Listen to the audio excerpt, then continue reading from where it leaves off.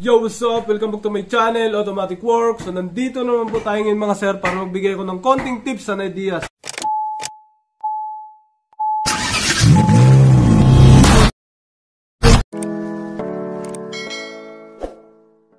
Boom. Montero, 2009. Pinaka ano dito, ang para ma-justify sa scan natin. Yan, napagalaw na natin, napa-under na. Subukan natin i-scan anong fault code. Yan. Ilang fault code? Isa lang yata. Isa nga lang, AGR system performance, naka-flower. So may tama ang AGR nito. So kailangan linisin lang to. Ito na yung AGR ng Montero. Ito yung AGR niya na nag-performance range. Tanggalin natin. Tingnan natin kung ano sira.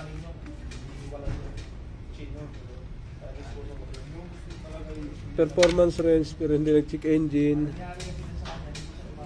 Tingnan natin kung gaano kadumi. Pwede kasi tumama to sa wirings pero mag-circuit high.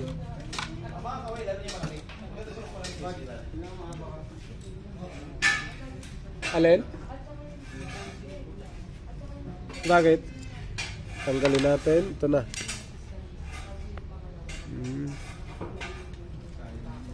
Tinanggal namin to dati. Ayan na siya, itsura niya. Maitim. Eto na, sobrang dumi dito. So ito kaunting linis lang yan. Ito ang malala dito. Ito yung ilalim na to. Dinidisengage talaga yan lahat. Kasi ito yung nagpapaano dyan, yung gitna. Pag napakadumi yung gitna na yan, ito. Kahit napakalinis ang EGR, basta itong valve, ito hindi malinis. Mag-engine performance range tapos EGR performance range tapos hirap sa takbo minsan. Minsan hirap din paanda rin. Sige, linisin natin may. Ito na, dito yan mahirapan, no? Yan paglabas nito. Yung EGR, dyan nahihirapan yan, no? Yung sa play na yan, yan, no? Nutusok natin sa ilalim. Yung EGR ng mga Montero dito yan. Diyan nahihirapan yan. So, linisin natin yan. Dapat smooth na smooth talaga yan. Papunta dun. Mga sir, ang dumi ng kamay natin kanina. Malinis na kasi mag-assemble na tayo ng AGR valve. So yun, mag-AGR cleaning tayo. Ito yung valve nyo. Malinis na rin. Salpak na natin to. Yun, smooth na smooth to. Dapat walang gas-gas to. Pag may gas-gas, nako, sisingaw. Yun.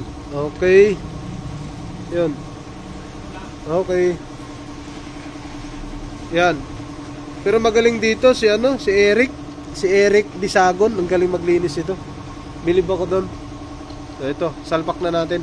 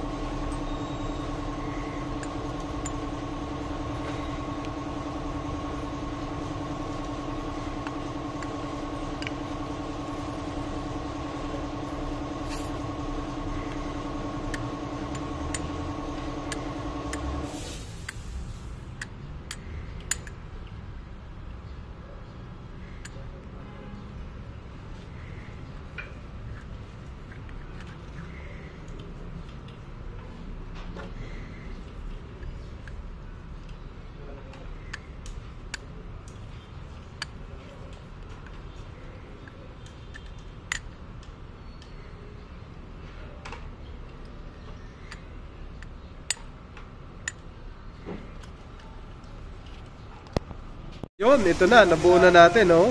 Yun, oh. Napaka-smooth. Pwede natin, hindi pa pwede manalamin, kulang. Yun, oh. Kasa na natin, uli. Dagdag yun. Yun, kasa na natin, tapos na. Malinis na mga sir, naismali na. So, ganito lang ang simpleng paglinis ng EGR. So, may mahalaga lang lilinisin dyan. So, mga tatamaan talaga natin. Okay. Yun, natapos din. So, kumikislap, oh. Ang kintab ng AGR. Okay, okay na to. Salpak na natin. May, dali mo to, May. Isa, May. Yun o. salamin. No, pwede magsalamin. Boom. Eto na, salpak natin dito sa Montero. Yan. Boom, ayos na, nakabit na. Naputulan na rin natin yung map sensor kasi napunit na siya. Yan, yung hose lang. Kabit na siya lahat. Tingnan natin. Baka mag-check engine uli. Okay. Right, ito na. On natin. Tingnan lang muna. Ito. On susi. Okay. Alright, so safe na safe yung gawa natin dyan. Back tayo. Dito tayo titingin sa focus tayo sa EGR tsaka sa inhibitor switch. Ano? Montero auto detect. Ayan na. Alright, quick test. May fault code to sa MPI GDI diesel sa makina kanina. Tapos sa transmission loss ko ano yan, U0, mga common ng ano, mga Mitsubishi. Tapos sa E-Tax may tatlo yan. So hindi nabubura yan yung fault code na yan. Ang engine kanina may fault code, wala na siya ngayon. Tapos sa transmission, yun. Ito, monitor natin yung park, reverse, neutral. So neutral natin, hindi na namamatay kahit ilalaro natin. Drive, same. So stuck na stuck, oh. Hindi namamatay. Neutral, reverse, drive. Start tayo. Tingnan natin kasi naglinis tayo ng EGR kung mag-check engine. Start. Boom. Lakas. Ang baba lang ng idling, ano? Isang sipa lang. Tingnan natin dito ang data list. Magde-data list tayo sa EGR. Sige, nalaw natin ang EGR. Barometric sensor 100, KPA 104, BOSS 98, EGR. Yun, dalawa. EGR pa. EGR valve.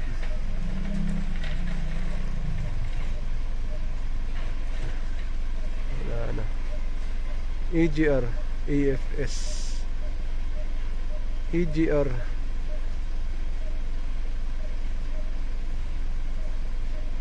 Nakakaba gawin to may ganito.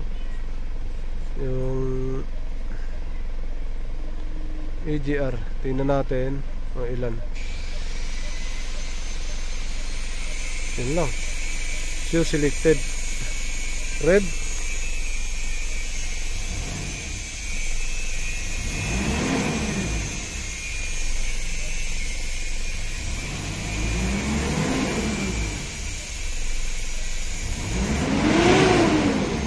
Lakas po sanggala. Red DTC. Back. MPI GDI. Tingnan natin kung bumalik yung fault code. Clear natin yan. Off muna. Boom. Oh, tagal pa na mag-off. Tapos clear natin. Hindi pala natin nabura yung fault code niya kanina. Yan mga sir, hindi ko pala na-clear yung fault code niya kanina. May fault code kasi to kahit hindi naka-okay rito. Nagpo-fault siya. Ayan na. Read DTC. Yan, EGR. Active DTC. Clear natin. Boom. Okay. No trouble code. Back. Clear natin lahat yan. Clear.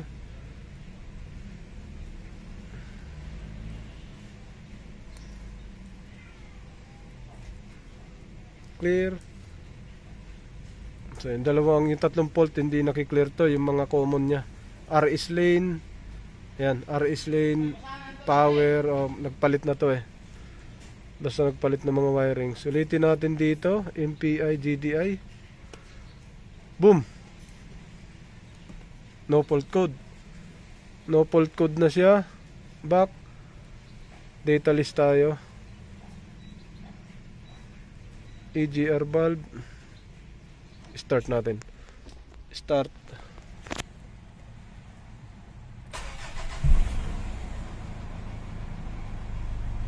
Rev. Ayun, may reading na. Gumalaw na sir. Gumalaw na. Kanina wala yung focus. Hindi pa na-clear eh. Ayun o. Gumalaw na. Ayun, pag hindi talaga na-clear, hindi talaga siya gagalaw. Tama mo, valve target position. AGR valve. Naka-zero lang eh. Naka-zero. Ayun o, ganyan reading niya. 99 talaga.